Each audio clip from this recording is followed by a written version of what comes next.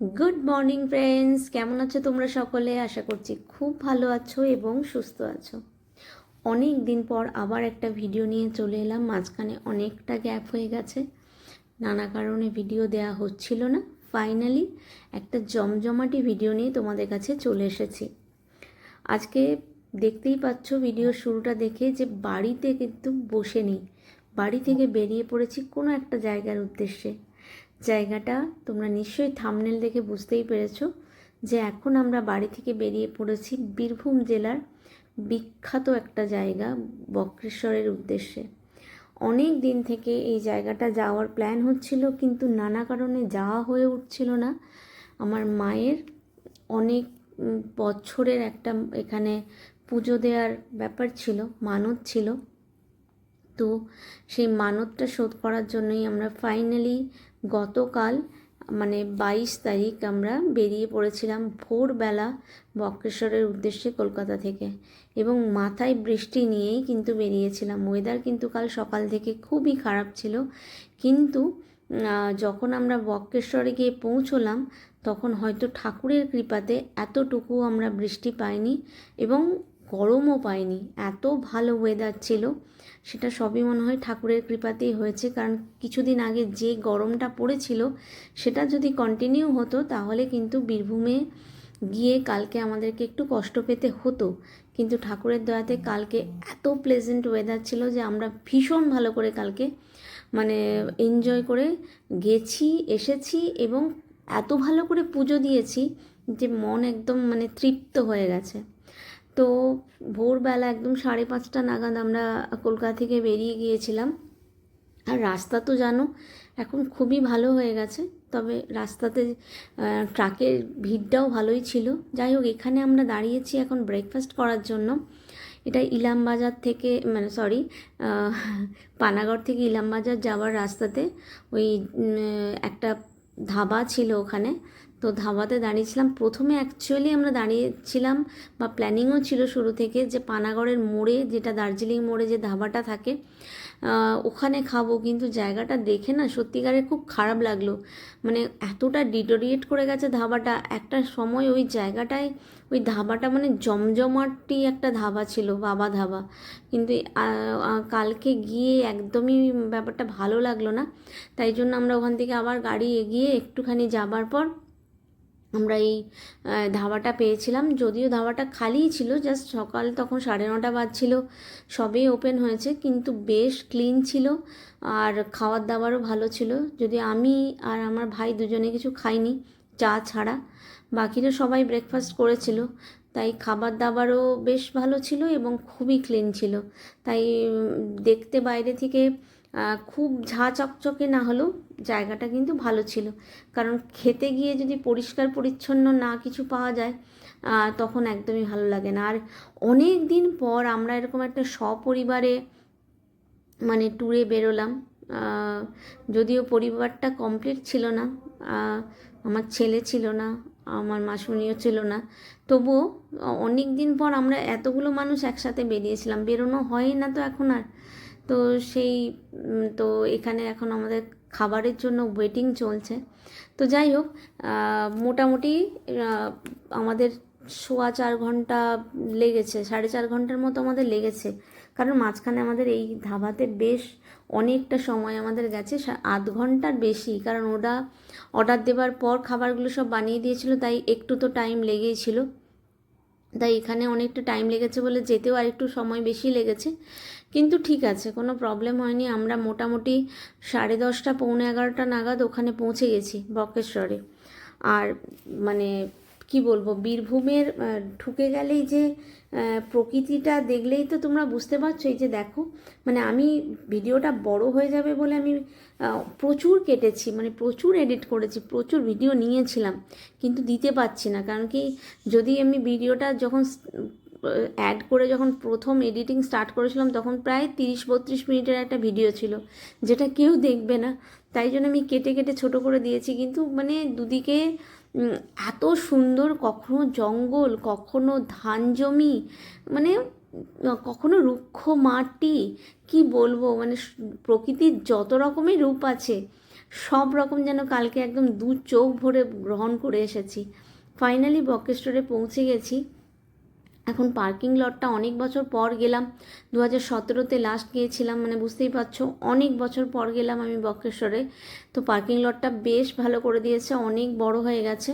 আর এই পার্কিং লটে এখান থেকে একটা গেট আছে ডান দিকে, সেটাতে 10 টাকা করে টিকিট কেটে ভেতরে ঢুকতে হয়। ওটা হচ্ছে ওই যে উষ্ণ প্রস্রবণগুলো আছে ওখানে স্নান করার জন্য ওটা ঢোকার এন্ট্রি, আর মানে গরম জলের ঘাট আর কি যেগুলো।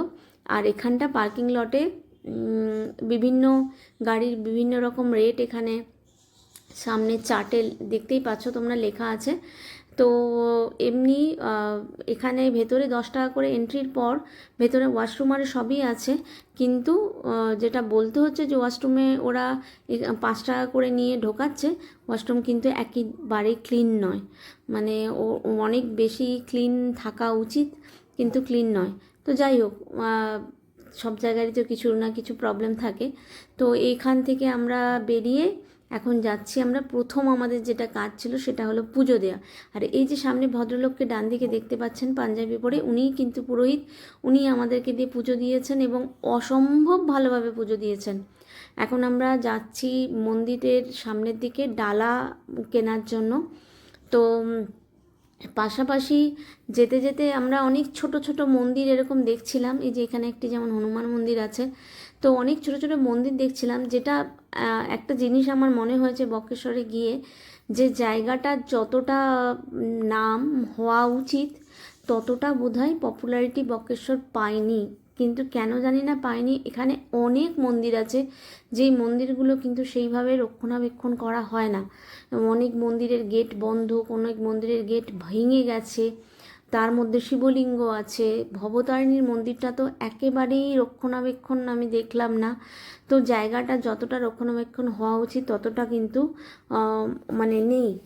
এবার এই জায়গাটা সম্পর্কে একটু তোমাদেরকে বলি, মানে সবাই জানো হয়তো, এই যে সামনের জায়গাটা দেখতেই পাচ্ছ উষ্ণ প্রস্রবণ, তো এই হচ্ছে একটা বিশাল বড় অ্যাট্রাকশন বক্রেশ্বরের।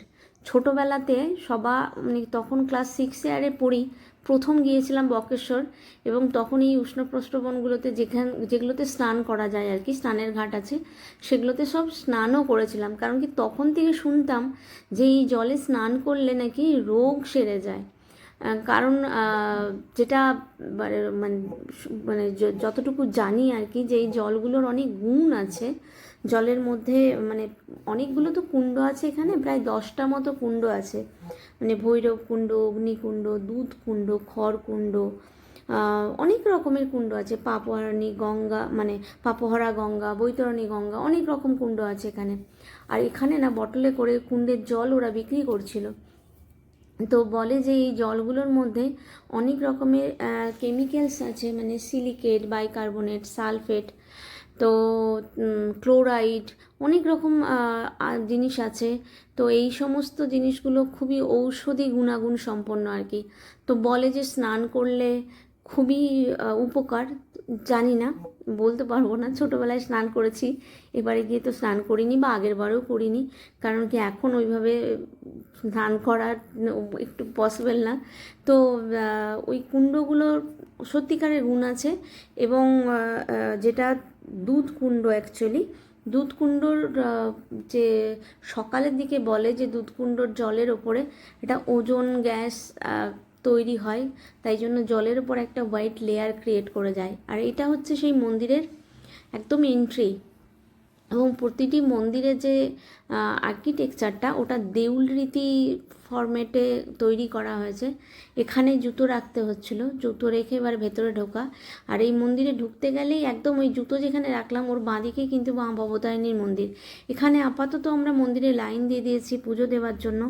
তো এই ভেতরে প্রথমে পুজো দিয়েছি বাবা মহাদেবের কাছে, তারপর সতী মা, মানে শক্তিপীঠ যেটা মা হয়েছে পরিচিত আর কি। কারণ এখানে কথিত আছে যে সতীর দুই ভুরুর মাঝখানের যে অংশ সেটা এখানে পড়েছিল। তো সেই কারণে এটি একটি অন্যতম শক্তিপীঠ। এবং আমরা যখন লাইনে দাঁড়িয়েছিলাম তখন আমার হাজব্যান্ড ঘুরে ঘুরে চারিদিকে ভিডিও বানাচ্ছিল। ওই যে এখানে দেখতে পাচ্ছ এত ছোট ছোট শিবলিঙ্গ, মানে হয়তো কেউ বাড়ি থেকে নিয়ে এসে এখানে রেখে গেছে, অনেকেই তো এরকম করেন। তো এখানে সব রাখা আছে, আর প্রচুর ঘন্টা, মন্দিরে যেটা দেখলাম প্রচুর ঘন্টা বাঁধা, মানে ওইগুলো মনে হলো আমার মানতেরই ঘন্টা।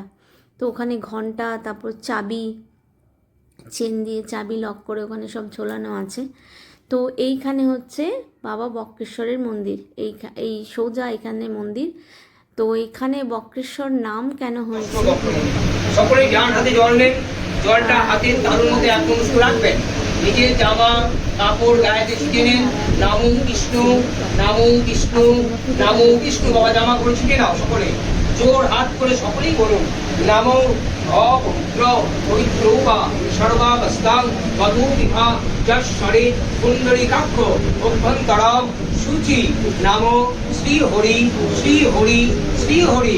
নামো তদো বিষ্ণু পরম পদম সদা পশ্যন্তি সূরায় দিবিব চক্ষুরাততম। ওম বিষ্ণু ওম বিষ্ণু ওম বিষ্ণু। নমো মাধব মাধব বাচি মাধব মাধব হৃদি সরন্তি সর্বে সর্ব কার্যেষু। নমো মাধব নমো মাধব নমো মাধব। ডান হাতে এক মুঠো জল নেবেন, বাঁ হাতটা ডান হাতে নিচে, হাতটা ঠিক গৌরী করে ভিতরে রাখো, হাতটা নিচে সামনে দিয়ে সব রাখতে হবে ওই জলটা।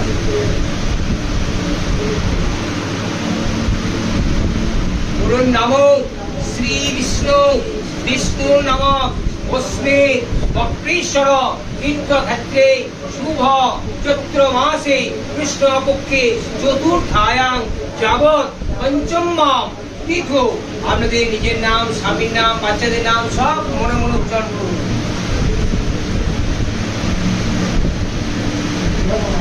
অস্মে বক্রেশ্বর তীর্থক্ষেত্রে সপরিবার মঙ্গল কামনার্থে আরোগ্য শান্তি কামনার্থে সর্বে সর্ব মনোবাসনা পূরণার্থে ধর্ম অর্থ কাম মুখ্য চতুর্বর্গ ফল প্রাপ্তি কামনার্থে বক্রেশ্বর ধামে গঙ্গা স্নানেন শিবায় নমঃ।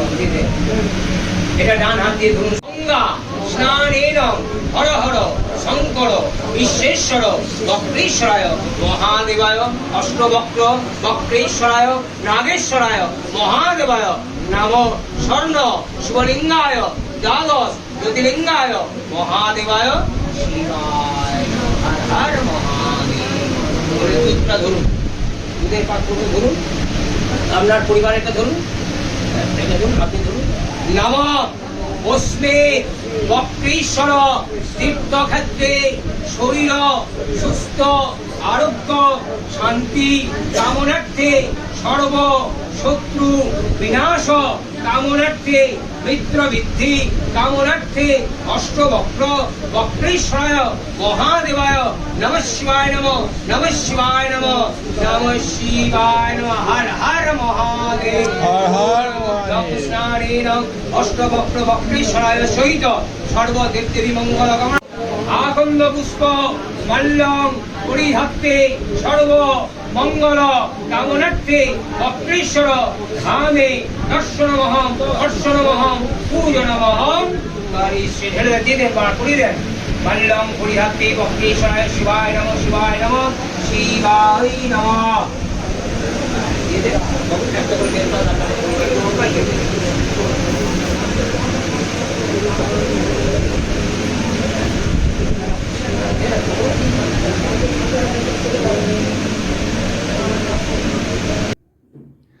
তোমরা দেখতে পেলে যে পুজোটা কতটা ভালো করে দিলাম। তো মানে পুরো পুজোটাই ওই জন্য তোমাদের কাছে রেখেছি, ওই জায়গাটাতে আমি কোনো কিছু মানে ভয়েস ওভার দিলাম না।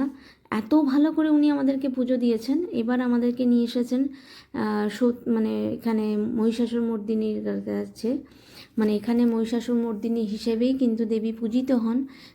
তো বললাম আগেই যে এখানে ওনার দুটি ভুরুর মাঝখানের অংশটি পড়েছেন এবং এটা পিতলের মূর্তি, দশভুজা হিসেবেই পূজিত হন। তো এখানেও উনি আমাদেরকে একদম মন্দিরের ভেতরে নিয়ে এই যে এই গেটটি দিয়ে আমাদেরকে একদম ভেতরে ঢুকিয়ে নিয়ে এই যে এই গেটটির মধ্যে দিয়ে ভেতরে ঢুকিয়ে নিয়ে কিন্তু একদম ঠাকুরের কাছে নিয়ে পুজো দিয়েছেন। মানে মন ভালো হয়ে গেছে কাল পুজো দিয়ে। তো যাই হোক, যে কথাটা বলছিলাম এখানে, যে এই যে বক্রেশ্বর কেন নাম হয়েছে, যেটা বলছিলাম, তখন কথাটা বলতে বলতে আমি বুঝতেই পারিনি যে আমার এখানে পুজোটা শুরু হয়ে গেছে। তো শুরুর দিকের অংশটা তো তোমরা নিশ্চয়ই শুনতে পাওনি, তাই আরেকবার রিপিট করছি যে কেন বক্রেশ্বর নাম হয়েছে এখানে। যে কথিত আছে যে সত্যযুগে যখন লক্ষ্মী এবং নারায়ণের বিয়ে হচ্ছিল, তখন সুব্রত মুনিকে দেবাদিদেব ইন্দ্র মানে এতটাই অপমান করেছিলেন যে তিনি মানে ঋষি তখন এত রেগে গিয়েছিলেন যে রেগে গিয়ে তিনি পুরো বেঁকে গিয়েছিলেন, মানে 8টি বাঁকে গোটা শরীরটা বেঁকে গিয়েছিল। তো তারপর তিনি অষ্টবক্র মুনি হিসাবে কিন্তু পরিচিত হন, এবং তারপরে তিনি শিবের কঠিন তপস্যা করে পুজো করে এবং পাফরা নদীতে স্নান করে পাপমুক্ত হন এবং তারপর তিনি সুস্থ হন। তো এই বক্রেশ্বর শহরটিও কিন্তু এই পাফরা নদীর তীরেই অবস্থিত। তো সেই কারণেই কিন্তু অষ্টবক্র মুনির নাম হিসেবেই কিন্তু এখানের যে মহাদেব, তার নাম হয়েছে বক্রেশ্বর বা বক্রনাথ। তো এই জায়গাটা ভ্যালুটা তাহলে বোঝো যে একদিকে মহাদেব, একদিকে দেবী দুর্গারই একটি অংশ, পার্বতীর একটি অংশ আর কি। তো ওখানে যে পড়েছে শক্তিপীঠ, তো কতটা ভ্যালু। আর এইখানে হচ্ছে ভৈরব, তো ভৈরবের পুজো হচ্ছে এখানে। তো সব মিলিয়ে বক্রেশ্বরের যতটা ভ্যালু আছে পৌরাণিক দিক থেকে, মানে মাইথোলজিক্যাল যতটা ভ্যালু আছে, ততটা কিন্তু বক্রেশ্বর পরিচিতি পায়নি। আরও অনেক জায়গা অনেক পরিচিতি পেয়েছে, কিন্তু এই জায়গাটার পরিচিতি কিন্তু অনেকটাই ডাউনে আছে। আমার মনে হয়েছে যে এখানে যত মন্দির আছে এবং পুরোহিতরা যেভাবে পুজো করালেন, কোথাও ওনারা আমাদেরকে এতটুকু প্রেসারাইজ করে একটি টাকাও নেননি। হ্যাঁ, ওনারা আমাদেরকে বলেছেন যে আপনারা চাইলে যদি কিছু টাকা, মানে 2100 হোক বা যেটা হোক, আপনারা যদি দেন সেটা ওখানে ঠাকুরের ভোগ হিসাবে ওরা মানে ব্যবহার করবে, মানুষকে খাওয়ানো হবে। কিন্তু একবারের জন্য ওটা প্রেশারাইজ করেননি যে দিতেই হবে, যেটা আমরা আরও অনেক বিখ্যাত বিখ্যাত কালী বাড়িতে গিয়ে ফেস করেছি। মানে আমি নামটা বলতে চাইছি না, কিন্তু আমি ফেস করেছি এই জিনিসগুলো। পান্ডাদের দূরত্ব সব জায়গাতেই, মানে অনেক জায়গাতে ফেস করেছি, কিন্তু দেখার মতো একটা ভালো জায়গা হচ্ছে দক্ষিণেশ্বরে কখনো এই প্রবলেমগুলো ফেস করতে হয় না। বক্রেশ্বরে গিয়েও কিন্তু ওনারা আমাদেরকে কোনো প্রেসার দেননি, ওনারা আমাদেরকে জাস্ট বলেছেন, আমরা আমাদের ইচ্ছে মতো যতটুকু আমরা পেরেছি ততটুকু দিয়েছি, ওনারা হাসি মুখে সেটা নিয়েছেন। তো এই জিনিসটা আমার প্রচণ্ড ভালো লেগেছে বক্রেশ্বরের মধ্যে। আর এইটা হচ্ছে সেই যে প্রথমে দেখিয়েছিলাম যে পার্কিং লট থেকে একটা জায়গায় ঢুকছে, এই যে এই গেটটা 10 টাকা করে টিকিট কেটে, এখন আমরা ওখানেই ঢুকেছি। এই বটগাছের তলাটা একই রকম রয়ে গেছে, 17 সালে যখন গেছিলাম সেরকমই আছে। তবে এখানে ওই যে বললাম টয়লেটারে অনেক কিছু হয়েছে, কিন্তু যাই হোক টয়লেটগুলো একদমই ক্লিন নয়। আমি যাইনি, বাট আমার বাড়ির সবাই গিয়েছিলো, তারা বললো তাই। তো আর এখান থেকেই উষ্ণ প্রস্রবণের ঘাটগুলো, যেখানে তুমি স্নান করতে পারবে, স্নান করছিল, মহিলাদের আলাদা ঘাট আছে, পুরুষদের আলাদা ঘাট আছে। তো ঘাটগুলোতে গিয়ে সবাই অনেকেই স্নান করছে। তো এই সব মিলিয়ে কালকের এই যাওয়াটা, ট্যুরটা তো ভীষণ ভালো হয়েছে। এবং ফেরার পথে তো আমরা শান্তিনিকেতন আমরা ঢুকিনি, কারণ তাহলে আমাদের অনেক বেলা হয়ে যেত, মানে ফিরতে আরও রাত হয়ে যেত আমাদের। এমনিতেই ফিরতে 8:30 বেজে গেছে। তো আমরা ওই জাস্ট একটুখানি ইলামবাজার থেকে ভেতরের দিকে ঢুকে বরিশালের রান্নাঘর বলে একটি বিখ্যাত দোকান আছে, তোমরা জানো, রেস্টুরেন্ট। তো ওইখানেই আমরা লাঞ্চ করেছিলাম। তো এই যে বরিশালের রান্নাঘরে এখন পৌঁছেও গেছি ফাইনালি। এবং ওখানে এই জায়গাটা, এইখানেই কিন্তু প্রথমে খাবারের অর্ডার দিতে হয়, যেটা যে খাবে। মোটামুটি ভেজ থালির মিনিমাম ইয়েটা হচ্ছে 150 টাকা। ডাল, ভাত, শুক্তো, আলু ভাজা, ধোকার ডালনা, মানে ওখানে ছিল আর কি, ধোকার ডালনা আর চাটনি, এগুলো আর পাঁপড়, এগুলো হচ্ছে ভেজ থালিতে নিতে পারো। এবং তারপরে এবার তুমি তোমার মতো করে যা খুশি, চিকেন, মাটন যেটা তুমি নিতে চাও সেরকম পাবে। তো আমরা আমাদের মতো করে ওরকম নিয়েছিলাম, মানে মাটন, তারপরে ইলিশ, কাতলা, পোস্তর বড়া, আলু পোস্ত, মানে ওগুলো আমাদের খাওয়ার, পোস্ত ছাড়া তো আমাদের চলে না। তো এগুলো আমরা আলাদাভাবে নিয়েছিলাম, টক দই। তো খুবই ভালো ছিল, ভীষণ ভালো। এবং ওরা আমাদেরকে একদম মাছ ভাজা বলেছিলাম, কারণ মা এইসব খাবে না বলে মাছ ভাজা, কাতলা মাছ ভাজা খেতে চেয়েছিল, সেটা ওরা বানিয়ে দিয়েছিল। তো সব মিলিয়ে খাবারটা প্রচণ্ড ভালো ছিল, খুব ভালো করে খেয়েছি, ভীষণ টিপটপ জায়গা, একদম ক্লিন। তো সব মিলিয়ে কালকের ট্যুরটা আমাদের প্রচণ্ড ভালো হয়েছে, প্রচণ্ড ভালোভাবে এনজয় করেছি, ভালো করে পুজো দিয়েছি। তোমাদের যদি ভিডিওটা ভালো লেগে থাকে তাহলে অবশ্যই কিন্তু একটা লাইক করো, কমেন্ট করো, শেয়ার করো। চ্যানেলটাকে যারা এখনও সাবস্ক্রাইব করোনি তারা প্লিজ প্লিজ প্লিজ চ্যানেলটাকে সাবস্ক্রাইব করে দিও। ভালো থেকো, সুস্থ থেকো, দেখা হচ্ছে আবার খুব তাড়াতাড়ি। ততক্ষণের জন্য টাটা, বাই।